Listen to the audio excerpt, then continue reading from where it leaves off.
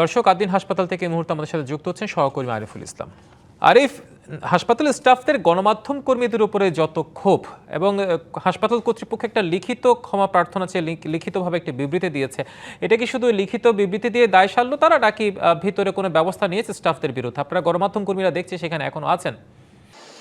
হিমাদ্রি, লিখিত বক্তব্যের মধ্যে যে হাসপাতাল কর্তৃপক্ষ আছে সেটা তো আমরা জানি, তার পাশাপাশি বাস্তবে সেই চিত্রটা আসলে প্রেক্ষাপটটা কিছুটা হলেও ভিন্ন। কারণ আমরা আজকেও কিছু গণমাধ্যম কর্মীদের সঙ্গে কথা বলেছি, তারা আমাদেরকে জানিয়েছিলেন যে তাদেরকে বাধা দেওয়া হচ্ছে এবং কি ভেতরে প্রবেশ করতে দেওয়া হচ্ছে না। যে আসলে এই বিষয়টা যে পরিষ্কারভাবে সাংবাদিকদের উদ্দেশ্যে বা গণমাধ্যম কর্মীদের উদ্দেশ্যে যে কথা বলবে সংশ্লিষ্ট যারা আছেন, ঠিক আমি যদি একটু বলতে চাই যে এই নবজাতক 6 শিশু মৃত্যুর ঘটনায় হাসপাতাল কর্তৃপক্ষ কিন্তু একটি তদন্ত কমিটি গঠন করেছে। সেই তদন্ত কমিটি আজকে বিকেল 5টায় একটি সংবাদ সম্মেলনের মাধ্যমে সেই প্রতিবেদন বা সেই সার্বিক বিষয়ে জানানোর কথা ছিল, কিন্তু সেটা তারা স্থগিত করেছে। তার মানে সেই সময়টাতেও হয়তো বা আমরা পরিষ্কার হতে পারতাম যে গণমাধ্যম কর্মীদেরকে ভেতরে প্রবেশ করতে কেন দেওয়া হলো না, তাদের উপরে কেন আঘাত করা হচ্ছে, হামলা করা হয়েছে, সেই বিষয়গুলো হয়তো বা উঠে আসলো। কিন্তু তারা আজকে বিকেল 5টায় যে সংবাদ সম্মেলন করার কথা ছিল, তদন্ত প্রতিবেদন দেওয়ার কথা ছিল, সেটা তারা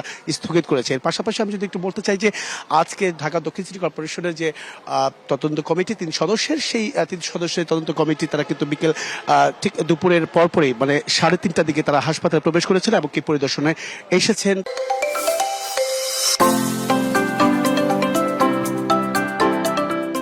তারা পরিদর্শন করছেন, পরবর্তীতে হয়তো বা তাদের কাছ থেকে আমরা পুরোপুরি সার্বিক বিষয় জানতে পারবো যখন তারা পরিদর্শন শেষ করে গণমাধ্যমের সঙ্গে কথা বলবে, তখনই আসলে উঠে আসবে যে তাদের তদন্ত কতদূর এগিয়েছে। আর একটা বিষয় জানিয়ে রাখি যে 9 নবজাতক